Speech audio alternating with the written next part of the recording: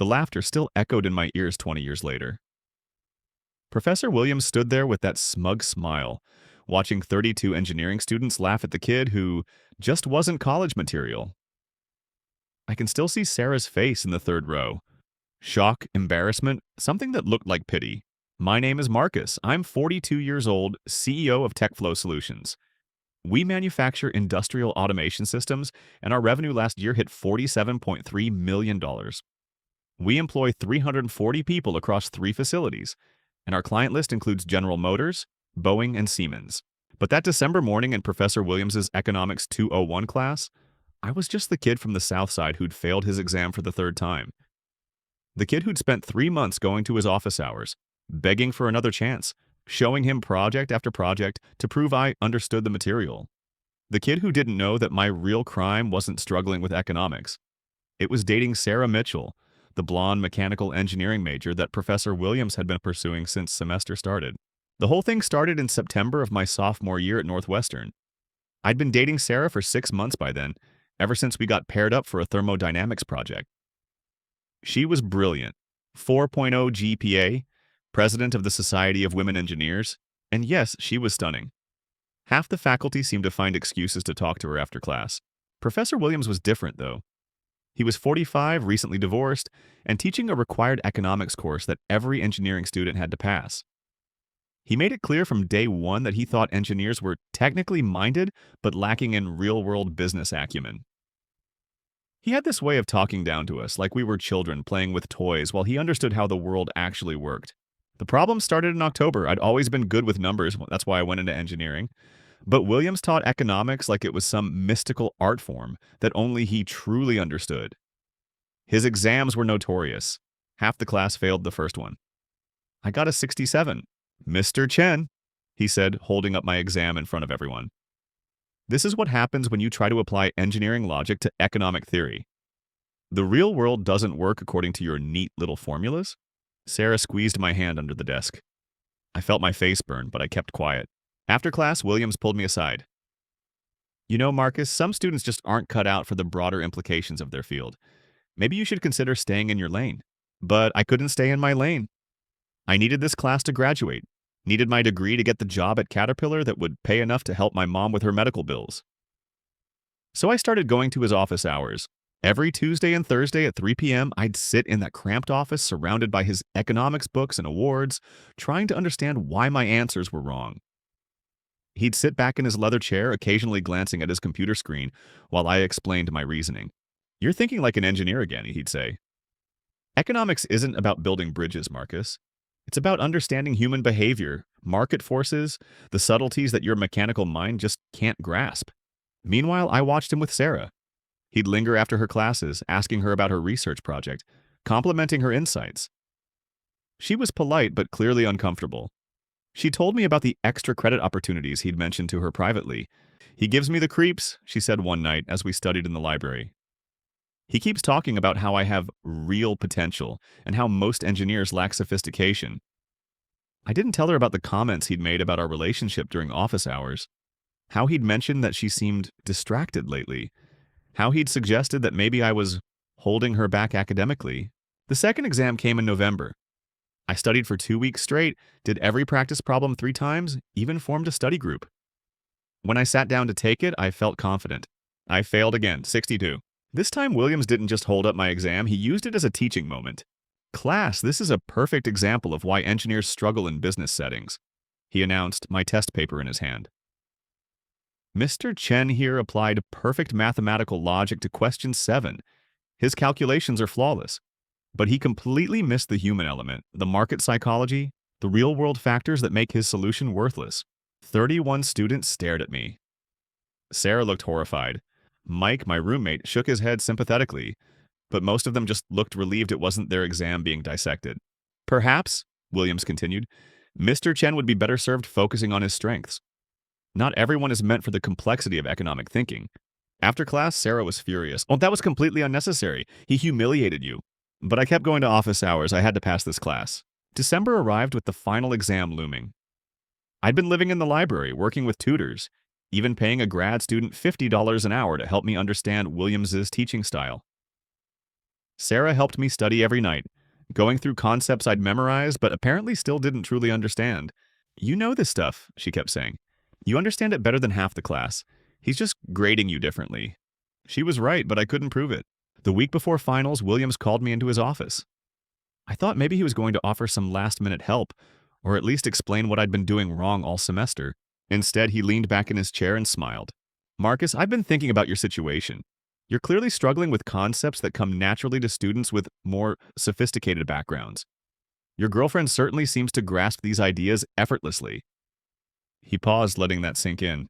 I wonder if you've considered that you might be in over your head here. Northwestern has high standards. Not everyone who gets admitted can actually handle the workload. Professor, I just need to understand what I'm missing. My calculations are correct. My logic is sound. Your logic is mechanical, he interrupted. Sarah understands nuance. She thinks strategically.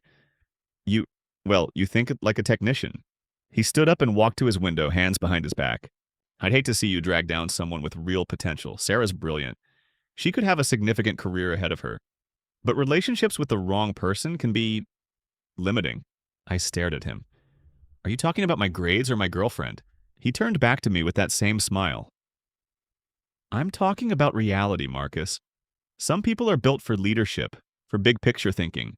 Others are meant to implement what the leaders decide. There's no shame in knowing which one you are. I left his office knowing exactly what game he was playing, but I still had to take his final exam. The exam was on a Friday morning. 80 questions, essay portion, 3 hours to complete. I'd never felt more prepared for anything in my life. When I finished, I was confident I'd aced it. Sarah was waiting outside the classroom. How'd it go? Good, I said. Really good. I think I finally figured out his style. Results were posted the following Tuesday. FD'd 58 out of 100. I went straight to Williams' office. He was expecting me. Before you say anything, he began, I want you to know that I take no pleasure in this.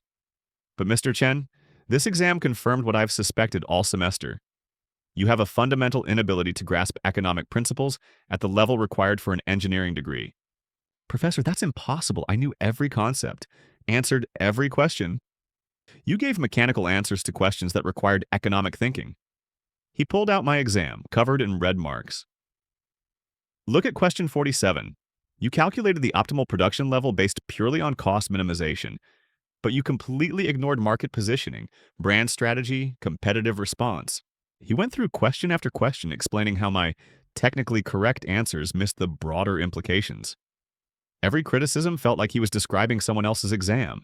The bottom line, Marcus, is that you're failing this course. And since it's required for your major, you'll need to repeat it next semester. Assuming, of course, that you're readmitted to the program. Readmitted? 3 failing exams demonstrates a pattern of academic deficiency. The department will need to review whether you should continue in engineering. My hands were shaking. Professor, please, just let me retake the final, or give me a project, extra credit, anything. I'm afraid that wouldn't be fair to students who performed adequately the first time. He straightened some papers on his desk. Perhaps this is an opportunity to reconsider your path. There are excellent technical programs that might be more appropriate for your skill level. I sat there for a moment, watching him organize his desk, humming slightly under his breath. What about Sarah? I asked. He looked up, eyebrows raised. What about her?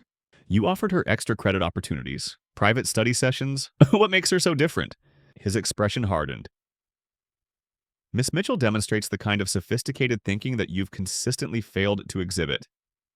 She understands that success requires more than just mechanical aptitude. That's when I understood. This wasn't about economics or academic performance. This was about power, about showing Sarah that her boyfriend was weak, that the professor held all the cards. I stood up slowly. You're right, Professor, I'm not college material. He smiled, satisfied. I'm glad you're being realistic about this. Some students just aren't meant for the complexity of economic thinking, I said, repeating his words back to him. Exactly. I walked to the door, then turned back. Can I ask you something? Of course. In 10 years, when I'm running my own company and you're still sitting in this office trying to impress 20-year-old girls with your sophisticated thinking, what economic principle explains that? His smile disappeared. Get out of my office. I dropped out the next day. Sarah cried, my parents were furious, and Williams looked pleased with himself when I walked past his office clearing out my locker. You'll be back, Mike told me. Transfer somewhere else, finish your degree. But I was done with classrooms. I had something to prove, and it couldn't be proven in a lecture hall. I got a job at Rockwell Automation as a maintenance technician. Entry level, $28,000 a year, but I was working with industrial equipment, learning how manufacturing actually functioned. While Williams taught theories about production optimization, I was on factory floors watching how things really worked. Sarah stayed with me. Williams had miscalculated completely. His attempt to humiliate me only made her more determined to prove him wrong. "He's an idiot," she said. "You understand systems better than anyone in that program." We got married the summer after she graduated.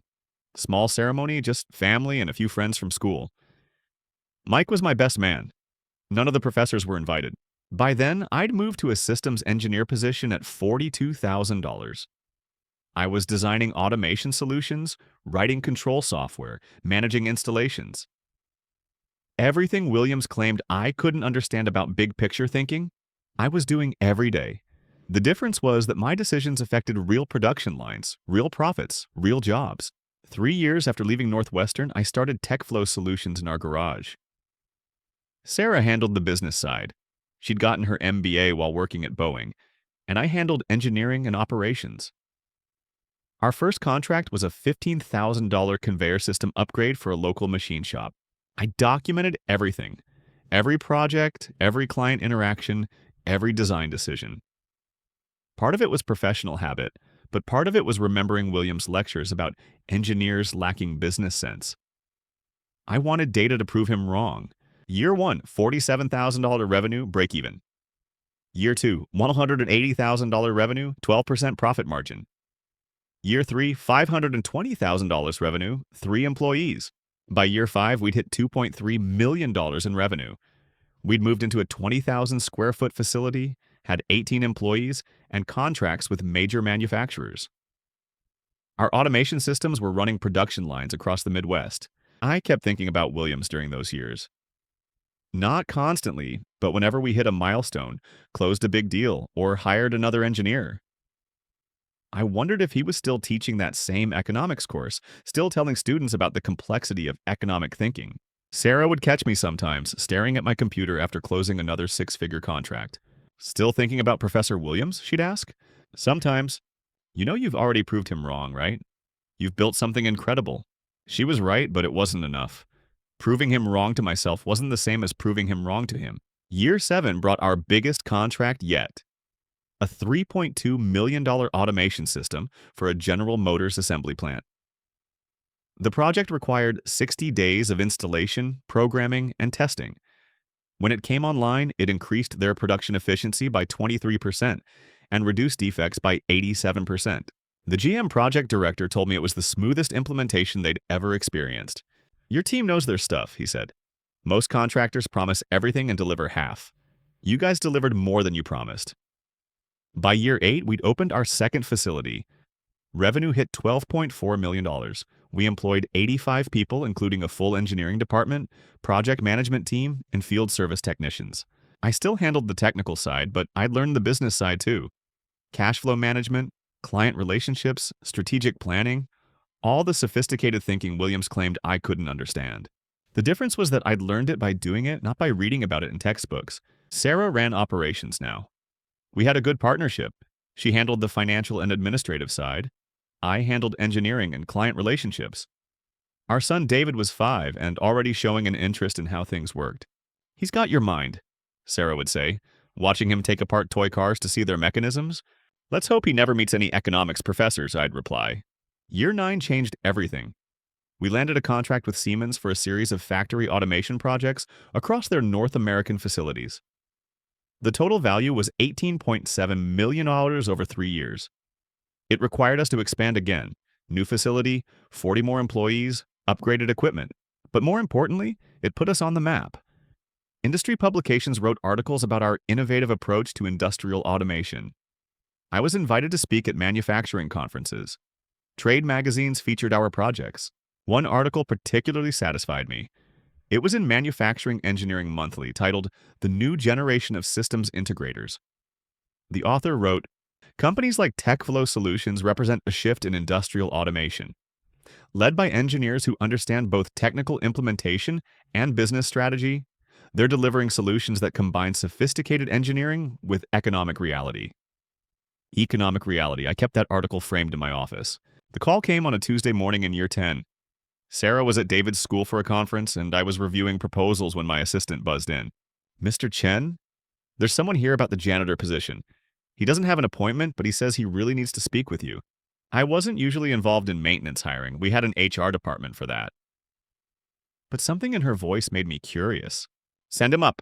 5 minutes later, Professor Williams walked into my office. He looked older, obviously. Grayer hair, cheaper suit, that confident smile replaced by something that looked like desperation. He was carrying a folder and kept glancing around my office. The awards on the walls, the photos of our manufacturing facilities, the signed contracts framed behind my desk. Marcus, he said, extending his hand. I wasn't sure you'd remember me. I stood up slowly, looking at him across the conference table where I'd been reviewing a $2.8 million proposal. Professor Williams, how could I forget? He laughed nervously. Right, well, I heard TechFlow Solutions was hiring, and I wanted to apply for the maintenance position. I know it's not what you'd expect from someone with my background, but what happened to Northwestern? I asked. His face tightened. Budget cuts. They eliminated several positions in the economics department. The job market for academic economists is challenging these days. I nodded toward the chair across from me. Please, sit down. He settled into the chair, clutching his folder. I want you to know, Marcus, that I always knew you had potential. Even back in school, I could see that you had a certain practical intelligence. Is that what you called it? Well, you have to understand, academic environments can be competitive. Sometimes professors push students harder than they need to, trying to prepare them for the real world. I leaned back in my chair, the same motion I'd seen him make dozens of times in his office.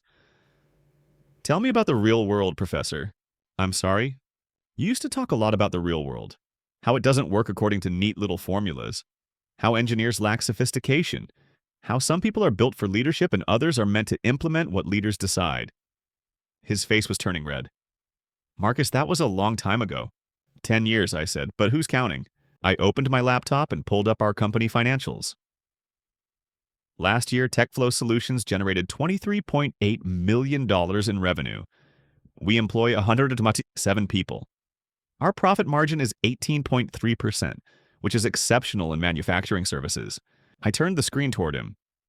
Our client list includes General Motors, Boeing, Siemens, Caterpillar, and Ford. We've completed over 300 automation projects across North America. Industry publications call us innovative and sophisticated. William stared at the screen, saying nothing. Now, I continued, I'm curious about your economic analysis of this situation. Here you are, the man who taught me about sophisticated thinking and big picture strategy, applying for a janitor position at a company built by someone who just wasn't college material. Marcus, please, what economic principle explains that, Professor? He set his folder on the table with shaking hands. I need this job. I've been unemployed for 8 months. My savings are gone, my house is in foreclosure, and no one's hiring 50-year-old economics professors. I looked at him for a long moment. This was the man who'd humiliated me in front of 32 students, who'd made Sarah uncomfortable with his advances, who'd used his position to try to destroy my confidence and my relationship. You know what I learned in the real world, Professor? Documentation is everything. I opened my desk drawer and pulled out a folder I'd kept for 10 years. My failed exams, notes from our office hour meetings, copies of emails between Sarah and her friends about his inappropriate behavior. I've been systematic about building my company. Every project documented, every decision tracked, every success measured. It's what engineers do. We create paper trails. William stared at the folder, but the most important thing I learned was this. Competence always wins in the end. Not politics, not manipulation, not academic credentials, just competence. I stood up and walked to my window, hands behind my back, mimicking his old posture. I'm going to offer you the janitor position, Professor. $12 an hour, Monday through Friday, 6 a.m. to 2 p.m. You'll be cleaning the offices of engineers you thought weren't sophisticated enough for economic thinking. Marcus, you'll report to Janet in facilities management. She's 28 years old with an associate degree from community college. According to your theories, you should be able to teach her about big picture strategy. I turned back to face him. The position starts Monday. Do you want it? He nodded silently. Excellent. Janet will give you a uniform and show you where we keep the cleaning supplies. As he reached the door, I called out, Professor. He turned back. Welcome to the real world. Williams worked for us for 6 months. He was punctual, quiet, did his job without complaint. The engineers treated him politely. Most of them didn't know our history. Sarah suggested I was being too hard on him, but she didn't argue when I kept him on. He quit in March, found a position teaching high school economics in a small town downstate. Before he left, he stopped by my office. "I owe you an apology," he said. "What I did to you in college was wrong. I was jealous, I guess. You had something I wanted, and I used my position to try to take it away." I nodded. "Apology accepted. For what it's worth, you've built something impressive here. You understand business better than most MBA graduates I've taught." "Thank you." He paused at the door. "Can I ask you something? Why did you hire me? You could have just turned me away." I thought about it for a moment. "Because I wanted you to see what not college material could build. I wanted you to understand that your sophisticated thinking wasn't as sophisticated as you thought. And because someone had to clean the offices." He left that afternoon. I never saw him again. 5 years later, TechFlow Solutions employs 340 people and generates over $47 million annually. We've expanded internationally, opened facilities in Mexico and Poland, and our automation systems run production lines across 3 continents. David is 10 now, showing the same mechanical aptitude I had at his age. But he's growing up understanding that intelligence comes in many forms, that competence matters more than credentials, and that building something real requires both technical skill and business understanding. Sarah and I established the TechFlow Educational Foundation last year. We provide scholarships for students pursuing technical degrees, especially those from working-class families who might not fit the traditional academic mold. The scholarship application doesn't ask for GPAs or standardized test scores.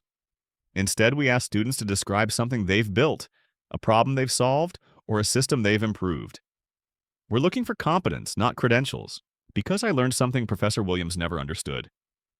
Some students aren't college material in the traditional sense. They're something better. They're builders, creators, problem solvers who understand that the real world rewards results, not theories.